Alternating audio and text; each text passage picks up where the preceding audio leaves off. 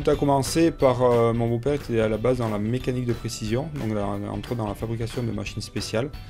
Et il avait déjà vu à la télé lors d'un match retransmis qui était dans un pays étranger en Afrique du Sud, un logo, c'était au tout début, et ça l'avait interpellé. Il souhaitait faire une machine pour représenter, pour retracer en fait ce type de logo sur les terrains. Ça a commencé comme ça et c'est même tombé un petit peu à l'eau, puisque en se renseignant avec différentes personnes, il s'est rendu compte que mettre de l'électronique sur un terrain, ça allait être compliqué par rapport à l'humidité. Donc il avait déjà contacté des entreprises, des fabricants de peinture, et tout d'un coup un fabricant de peinture l'a appelé en lui disant j'ai une demande pour un logo, est-ce que ça te dit de le faire, est-ce que ça t'intéresse? Il lui a dit oui, pourquoi pas, et le premier logo a été fait comme ça pour une finale. C'était et il est parti donc faire un logo pour un match qui était retransmis.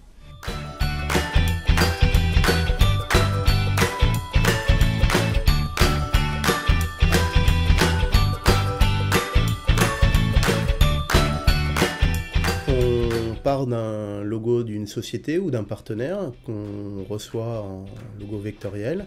On va le passer pour pouvoir faire la projection en fait sur les terrains en négatif pour faire simple. Et nous, sur les logos compliqués, on va les simplifier un petit peu parce qu'on peint quand même de l'herbe, donc il faut rester sur quelque chose d'assez visible. On prévoit une déformation pour les logos qui sont dans les embûts pour avoir cet effet de chevalet ou de 3D.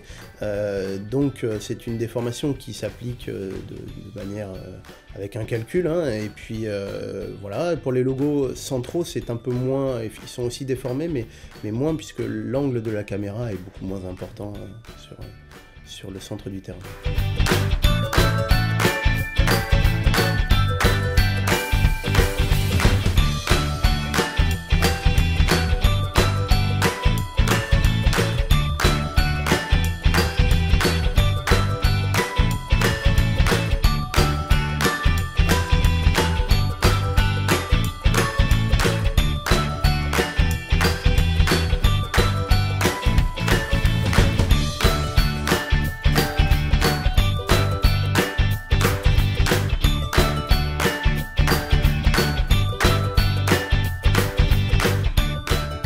Donc aujourd'hui on est venu faire 4 logos sur la pelouse, donc les partenaires majeurs du top 14. Et donc on fonctionne en plusieurs étapes. Donc d'abord on a des repères au sol, on vient mettre des pics, et de ces pics en fait on les relie avec une ficelle qui nous donne en fait la forme du logo. Et après ça on a juste à peindre et à remplir en fait ce logo, quoi, tout simplement.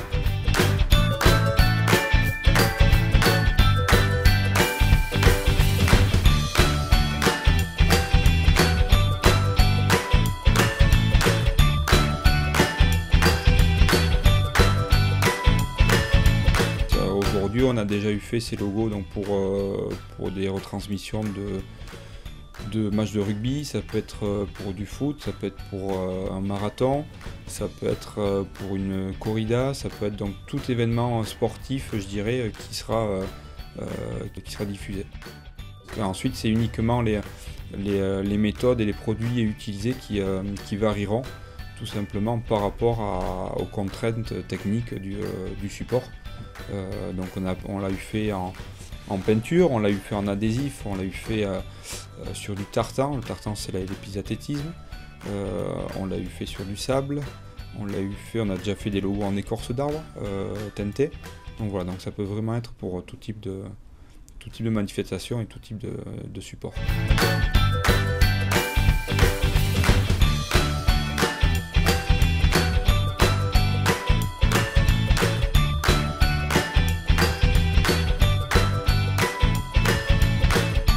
Pour effacer, il y a 2 phases. La première, en fait, on vient laver le brin d'herbe avec une espèce de savon, je dirais.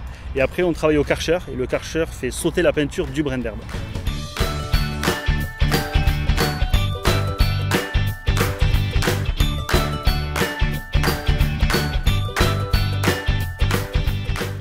Maintenant, on a développé une peinture qui permettent justement d'effacer les logos. Donc ça c'est uniquement dans le cadre de l'herbe, puisqu'on se retrouve avec pas mal de contraintes au niveau des stades, puisque les stades maintenant utilisent, des fois on joue au foot, des fois on joue au rugby.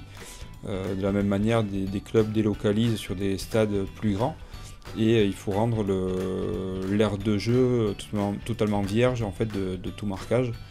Donc maintenant on peut effacer la peinture via un process et donc 3 jours après on peut de nouveau rejouer sur le terrain sans aucun marquage.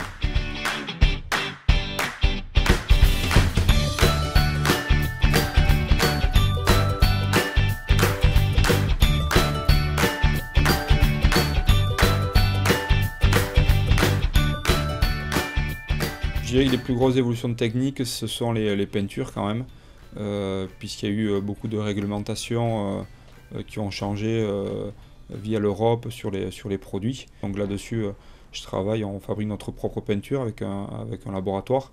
Il a fallu s'adapter un peu pour le synthétique maintenant, puisque certains stades sont équipés de synthétique. Donc on a des peintures aussi spécifiques pour synthétique. Et donc la peinture effaçable que l'on utilise maintenant depuis je dirais à peu près 6 ans, 7 ans, qui a été quand même une révolution, mais qui reste encore difficile à utiliser et je pense qu'il peut y avoir encore des améliorations.